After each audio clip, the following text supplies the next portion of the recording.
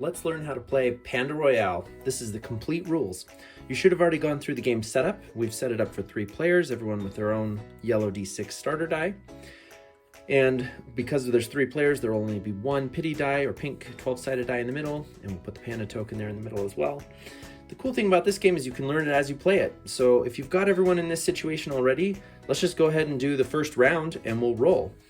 Now this game is going to be played over the course of 10 rounds.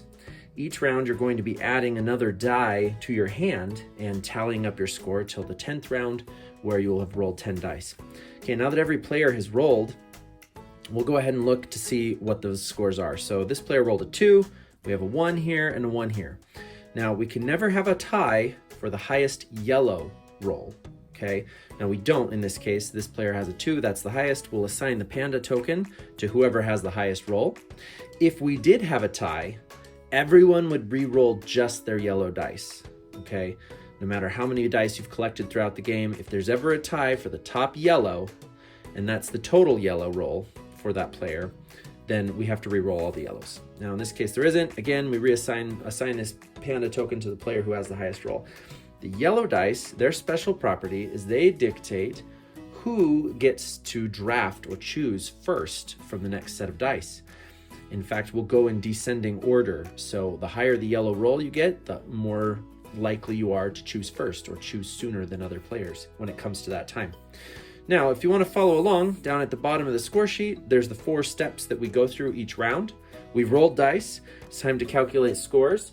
Everyone writes down their yellow roll in the yellow column and then carries it over to the row total on the end. The first round's pretty simple. Everyone's only rolled 1 die. There's not a lot to add here. So that's step 1. Step 2, determine which players earn the pity die. The pity die is the pink die, or if there's more players, there will be multiple dice. These pity dice are assigned to the players who had the lowest or saddest roll for the whole round. Not just the yellow, but the total over here on the round total. Now I know on round 1, those are the same thing, but we're going off of the row total here. So who had the lowest roll for the round? Well, there was a tie. Both of these players had a 1. So in that case, we go by the order of the panda. We go clockwise around, and whoever was tied for the lowest and is furthest away from the panda gets the pity die. Why? Because when we do our drafting or choosing in the next stage, anytime there's a tie, it's broken by going in that same order. So this player will get a first pick before this one. So this player gets the pity die because they have the saddest position of all the players on the table. All right, now that we've assigned the pity die, step 3, if you're following along, is trade dice. Now, you're only allowed to trade dice if some of these clear ones have made it out into the game. So in the first round, that's never possible. It can happen in subsequent rounds. We'll get to that when it does come up. So the 4th thing is choose new dice, and we can start all over again. Everyone has 1 die. We've assigned the pity die. So the way this is going to work is we will pull out of the bag 4 dice at random. Now, I'm not going to make them random because I want to teach you how the game is played. We'll pull 4 dice out of the bag. Why? Because it's 1 more than the number of players. This is a 3-player game. We'll pull 4 dice out. If you're playing a 10-player game, you'll pull 11 dice out. Now, we're going to go in order of yellow roll. So this player had the highest yellow roll with 2, so this player gets to pick first. From all these different dice, we'll choose one and add it to the hand. And I'm going to go ahead and choose this one for this player. Now, I'll explain what each of these different colors do. As you may have learned from the overview, every color of die has a different property. We talked about the yellow characteristic is that it dictates who gets to choose first. The green property, well, there's nothing special except that the greens are 20-sided dice, so you can get really big rolls if you are lucky with the green dice. So that might be a pleasing or an interesting option or strategy. Many a player has won by having a bunch of green dice in their hand. Okay, so this player is going to choose that. Again, we mentioned that when we need to break a tie for yellow, since both these players rolled a 1, we go in clockwise order from the panda, so this player gets the next pick. This player is going to pick purple. So this is an 8-sided die. Purple dice are special. They always double. So whatever you roll, you get to double it and count it in your purple column. That's really, really powerful. There aren't a ton of purple dice in the bag, but if you can get a bunch of them, you can have a really high score. Many players have won going by purples. Okay, finally this player gets to pick from the red and the blue. Blue dice are the most common in the bag. There's tons of them. They just count as their face value, which isn't all that special. However, if you happen to get a glittery blue die with gold numbers like this one, then all of your blues are doubled. So this can actually end up being better than the purples because there are so many blue dice, it's so common to get them. It may be easier to get a hand full of blue dice. If you can get your hands on a doubler, then you can be in a really good situation. So if these were both my dice and I rolled it, for instance, we have a 2 and a 3, the total's 5, I get to double that, I would write a 10 down in my blues. Even if you only have a glitter die, right? In this case, I rolled a 2, I'd get to write a 4 down. Now, if I don't have a glitter die, this is just added up as a 3, right? There's nothing special about that. That's how the blues work. So that might be a good option to choose. Many players have won going with blues. Red is the high risk, high reward option.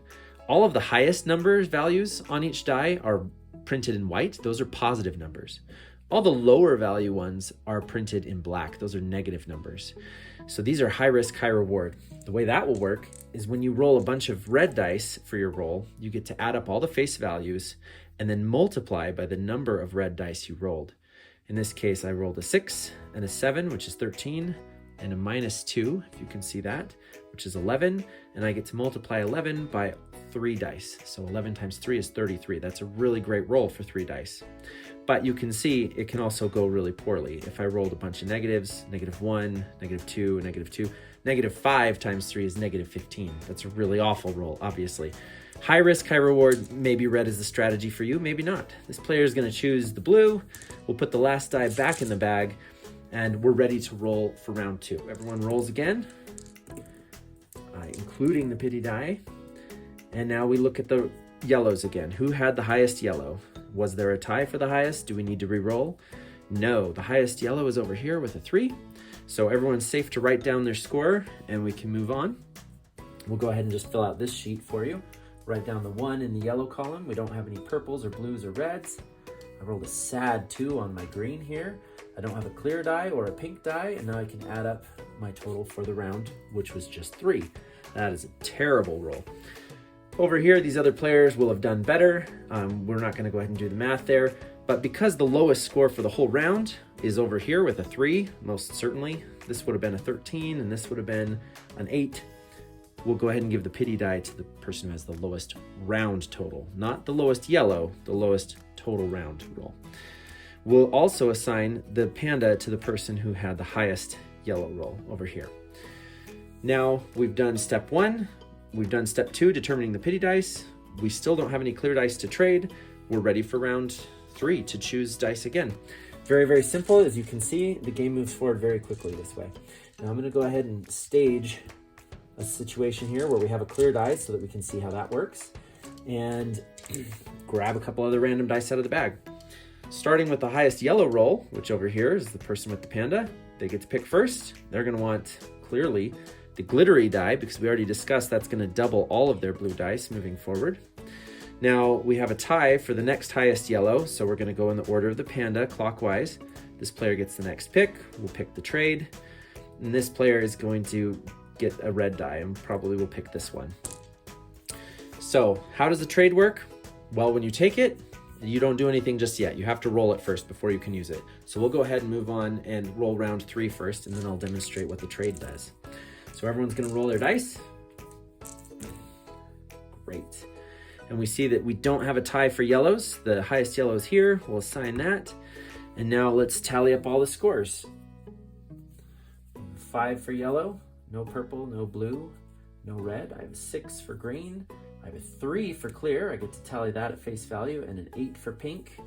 Add all of this up, and we have a 22 for the round, which is likely not going to be the lowest. Let's go ahead and assume that this player had the lowest score. We'll just give the pity die over there.